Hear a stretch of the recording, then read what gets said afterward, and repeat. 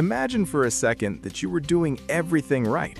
You wake up early, you drink your water, you avoid processed foods, and you add those superfoods everyone talks about to your meals. You feel proud because you're taking care of your body. But then, an hour later, you feel a sharp cramp in your stomach. Your belly swells up like a balloon.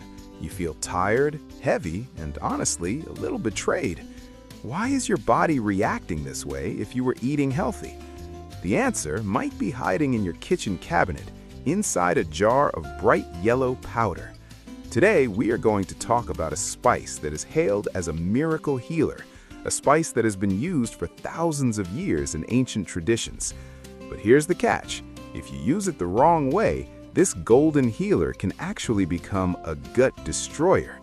We're talking about turmeric, and specifically the way you're consuming it right now might be the very reason your digestion feels off.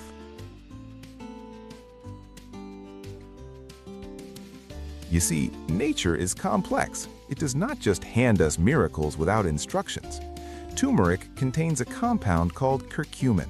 This is the magic ingredient that lowers inflammation and fights disease.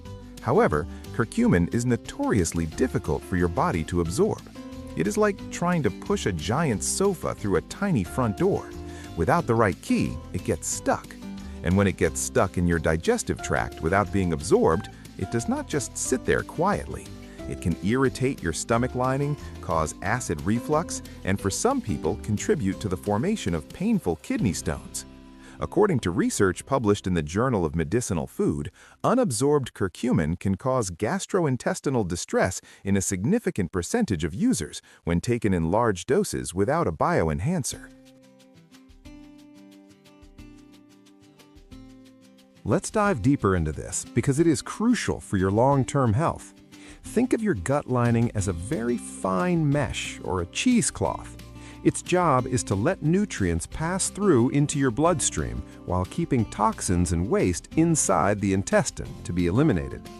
When you consume raw turmeric powder or even high-dose supplements that are poorly formulated, that yellow powder sits against that mesh.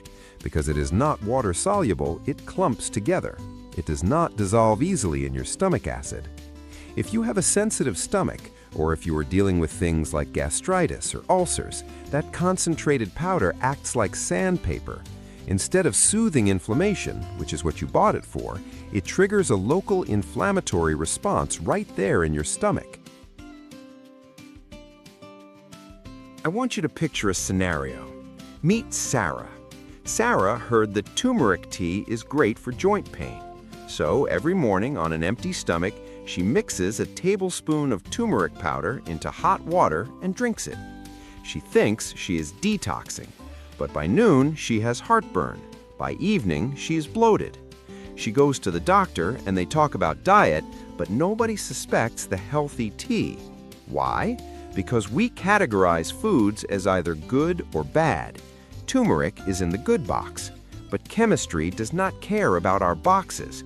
Chemistry cares about reactions. Turmeric is rich in oxalates. Oxalates are organic acids that bind to minerals like calcium. According to the American Journal of Clinical Nutrition, consuming high amounts of oxalate-rich foods can significantly increase the risk of kidney stones in susceptible individuals. If Sarah is prone to stones and she is drinking concentrated turmeric water without calcium to bind it in the gut, those oxalates are heading straight for her kidneys. So, does this mean you should throw your turmeric in the trash? Absolutely not. That would be a tragedy because when used correctly, it is arguably the most powerful anti-inflammatory substance available in nature. The secret lies in how you unlock it. You need to transform that giant sofa into something that fits through the door.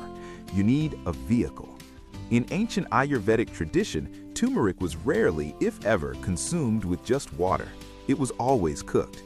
And more importantly, it was always paired with two specific things, a healthy fat and a heating spice.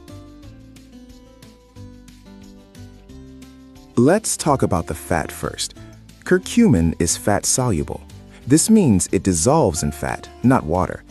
Think about dropping food coloring into oil versus water. It behaves differently. When you mix turmeric with a high-quality fat like coconut oil, ghee, or even full-fat olive oil, the curcumin binds to the fat molecules. Your body is excellent at digesting fat. It has specific enzymes and bile salts designed exactly for that purpose. So, when you eat turmeric with fat, your body says, "Oh, I know what to do with this," and it carries the curcumin through that intestinal mesh and directly into your lymphatic system and bloodstream. Suddenly, the spice that was irritating your stomach lining is now circulating through your body, finding inflammation in your knees, your brain, and your heart, and putting out the fire. But fat is only half the equation. The second key is something you probably have sitting right next to the turmeric in your spice rack: black pepper. It seems so simple, doesn't it? But there is a powerful chemical reaction happening here. Black pepper contains a compound called piperine.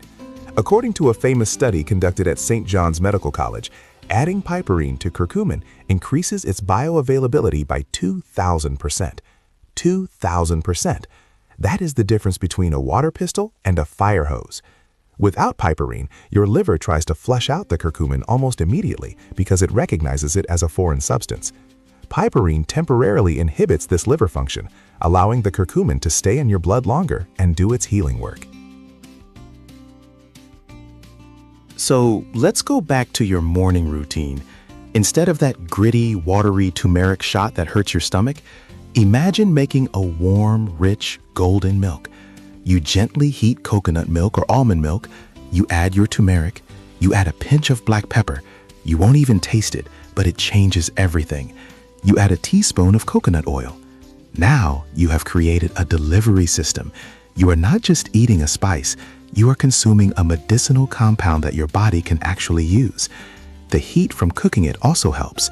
Raw starch is hard to digest. Cooking the spice blooms the flavor and breaks down some of the raw fibrous material that causes bloating.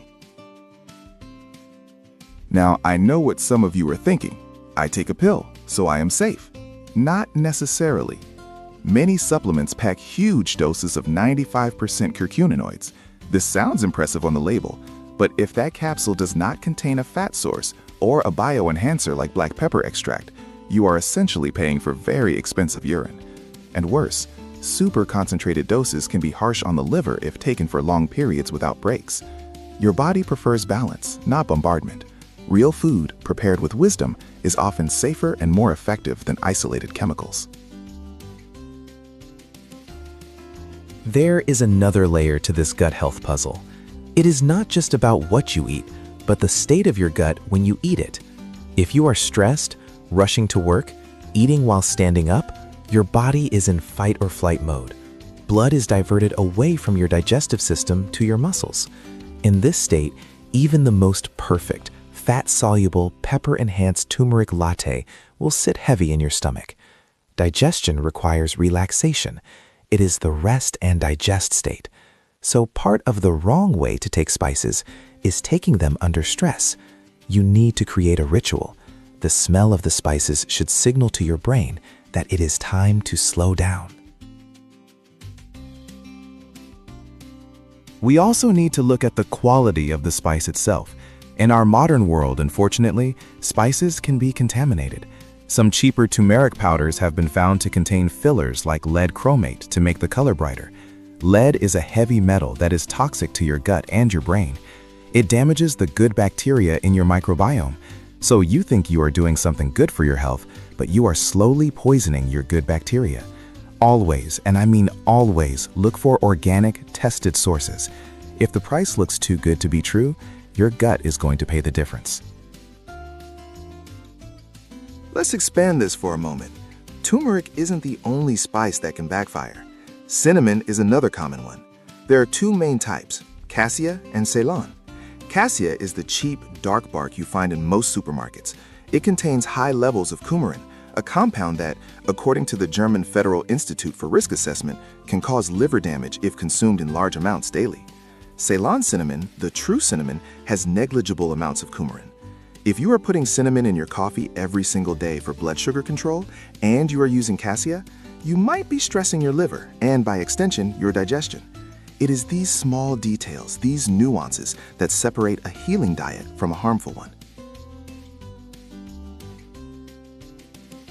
So, how do you fix this? How do you reset? If you have been taking turmeric the wrong way and feeling off, stop for a week.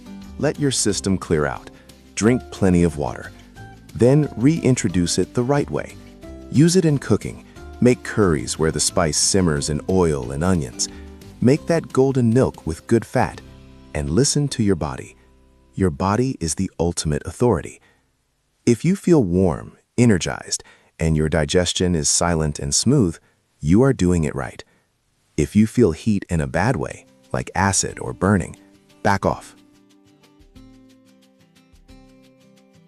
Remember, health is not about following trends blindly. It is about understanding the chemistry of nature and respecting your own biology. We have access to ancient wisdom that figured this out thousands of years ago. They didn't have microscopes, but they knew that turmeric needed fat and pepper. They knew that food was medicine, but only if prepared with care. Don't let modern marketing strip away the context of these powerful ingredients. You have the power to heal your gut, to reduce inflammation, and to feel vibrant. But you have to use the tools correctly. I want you to try the fat and pepper method this week. Just try it once. Make a conscious effort to prepare your spices properly. Notice if your bloating goes away. Notice if your energy stays steady. It is a small change, but the impact on your absorption and your gut lining is massive. You are turning a potential irritant into a powerful healer. That is the power of knowledge. If you found this helpful and you want to know more about which healthy habits might be secretly sabotaging your progress, you need to subscribe so you don't miss the next video. We are going to dive deep into other superfoods that have a dark side. Now, I have a question for you. Have you ever felt worse after taking a supplement or eating a so-called superfood? Tell me your story in the comments below. Let's learn from each other. And if you want to know more about repairing your gut lining, click on this video right here, where I break down the best foods for gut repair.